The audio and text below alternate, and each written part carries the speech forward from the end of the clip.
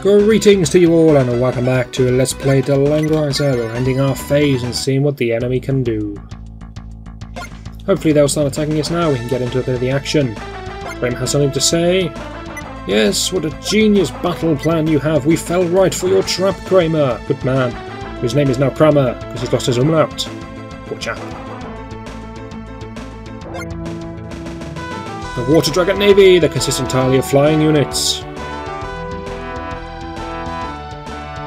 So yes, we were slightly in range, and yes, this elf is going to take some pain and possibly die. He should die. No, he survives. Good chap.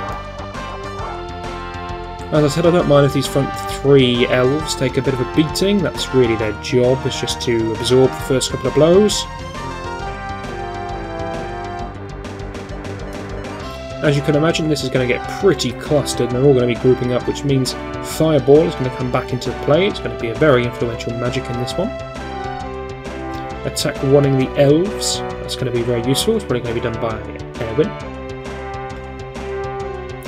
Valkyrie would be a handy summoning because another Fireball on hand is always going to be good, but healing probably takes priority at the moment.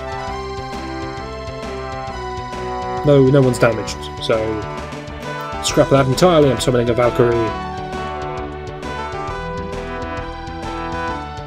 If you were hoping to see a bit of Freyja action, then sorry about that, but I just think Valkyrie is going to be more useful in this fight. Later on, there's going to be other levels where the correct thing to do is definitely going to be summon up Freyja. Freyja is overall better than Valkyrie, in my opinion. My opinion is usually wrong.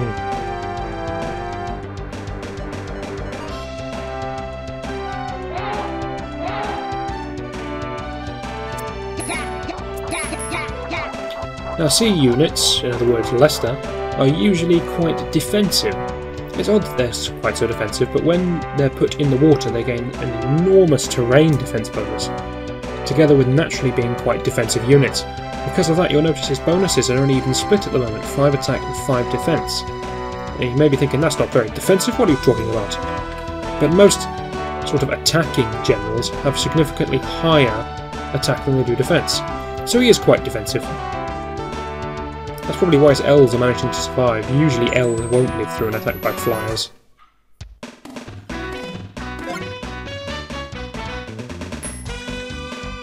Anyway, commence our sort of pseudo-attack plan. Toss a Fireball in. As it hits, an awful lot of units. I'm liking that.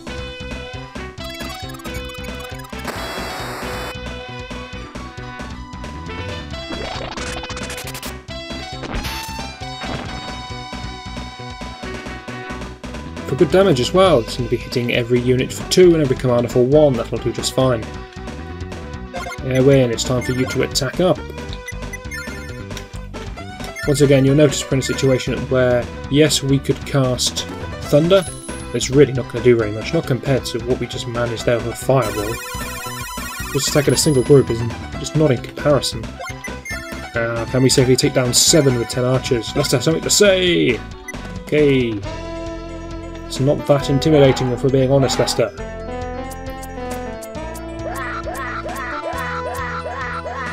Superb stuff. He's got the type advantage. He's got attack 1, he's got naturally very high attack, and they've got naturally very low defense. These should all be very simple fights. Keyword is should.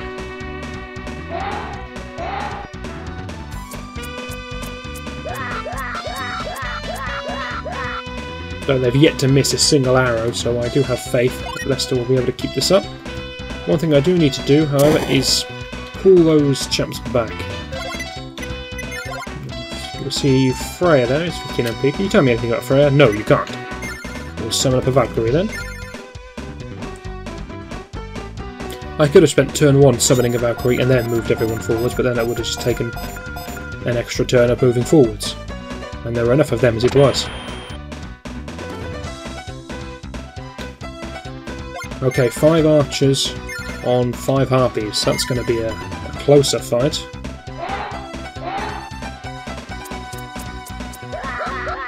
Very nice.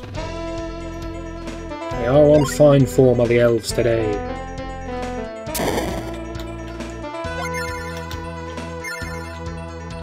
And not alone, remember, we do have the Keith and Cherie on the sides to help. They'll be picking off some of them as well. Try and hold back their aggressive strategy they seem to have. Ooh, for the first time they managed to block one. But it makes no difference.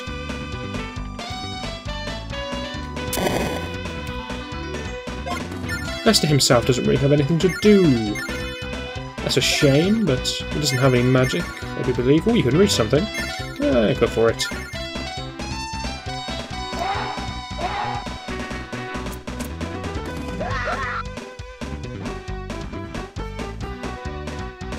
Which is, I do believe that Lester has no magic, so there's nothing he personally can chip in. We just have some MP for some unknown reason. We have one chap who's trying to sneak around the back, and I just realised that you can actually use a Valkyrie on the turn you summon it. Should really pay more attention to these kinds of things. That will do.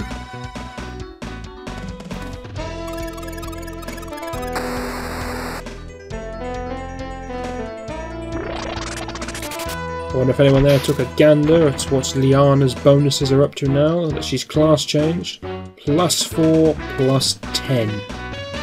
Valkyrie under Liana's influence, which is now respectable. She's gained a bit in size. That thing is incredibly powerful. It really, really is. It's hard to explain just how strong that Valkyrie is. Anyway, Cherie's taunt. Get in my way. Yes, very tough talking to Cherie.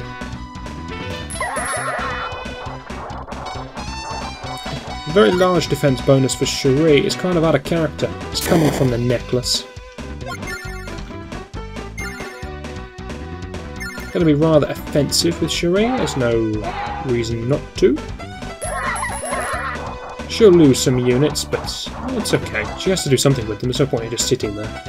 If you're wondering why I'm not going for this chap, I'm kind of hoping that Airwind's archers are going to be able to stand up at the top here and take those down. Whilst Lester continues at the enemies that are in front of him.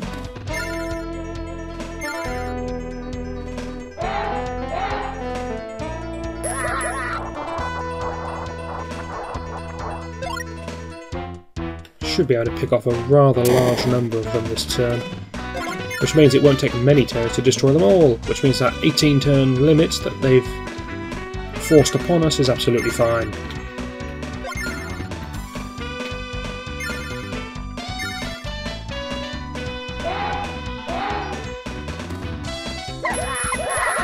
And that is a superb fight that boggles belief and reason. There is no way on earth that should have happened, but it did.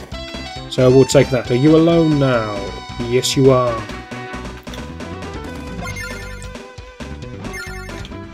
Yes, let's select the right tile instead. 30 attack is a lot of attack. But you'll notice the Hawklord's attack is very, very slow.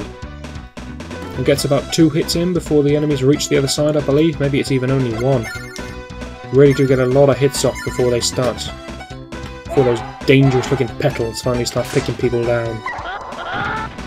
And that's Hawklord number 1 down in his red suit of armour. Yes it is! You fall to your death off the bridge. Keith's job will be to attack these, this chap and his 4 who are trying to sneak around the side.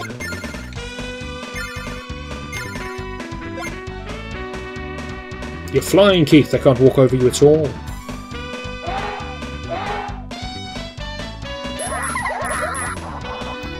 Keith even more defensive than Cherie, that's just his nature. And you'll notice, of course, kicking in once again, but I don't need to say that every time. It's unlikely that Keith can take down a whole commander in one turn, he just doesn't have the offence to do it. You'll notice the Hawklord chaps. We'll get a look at his portrait again in a moment. It'll be in the bottom right hand corner. I hope you're looking there. Here we go. He's coming up. He's a rather serious looking chap, isn't he? And he has rather odd ears coming out the top of his helmet there. What an interesting man. And I notice those aren't ears. They're in fact wings on his helmet. What a fool I am. But that also makes no sense. My point is still valid.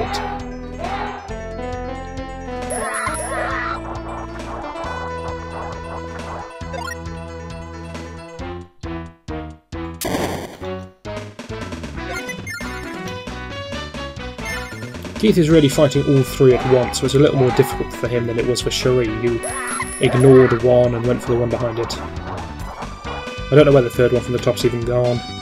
Oh well.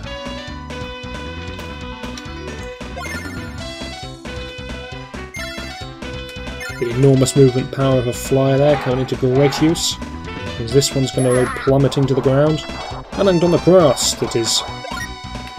Well, we look rather close to the ground, to be honest, according to that, but if you look at the Warden map, or battlefield, or whatever this screen's called, it looks quite the drop.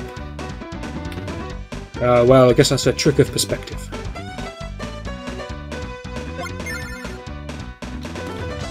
Erwin's diamond, I find, is rather lacking nowadays, compared to other people's.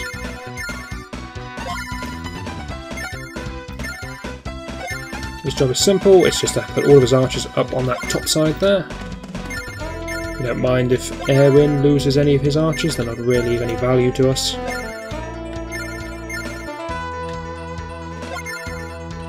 I say that only because Erwin has so much experience, he doesn't need any more. If the ballista gets attacked, it will take a good chunk of damage as well, same as the archers. But that can't be helped. I was going to go on to the next turn, but I don't like these odds. The clock is running in that danger zone, so I'm going to be cutting it off here, and next video we're going to have a look at the enemy's turn. Hopefully you'll join me for that.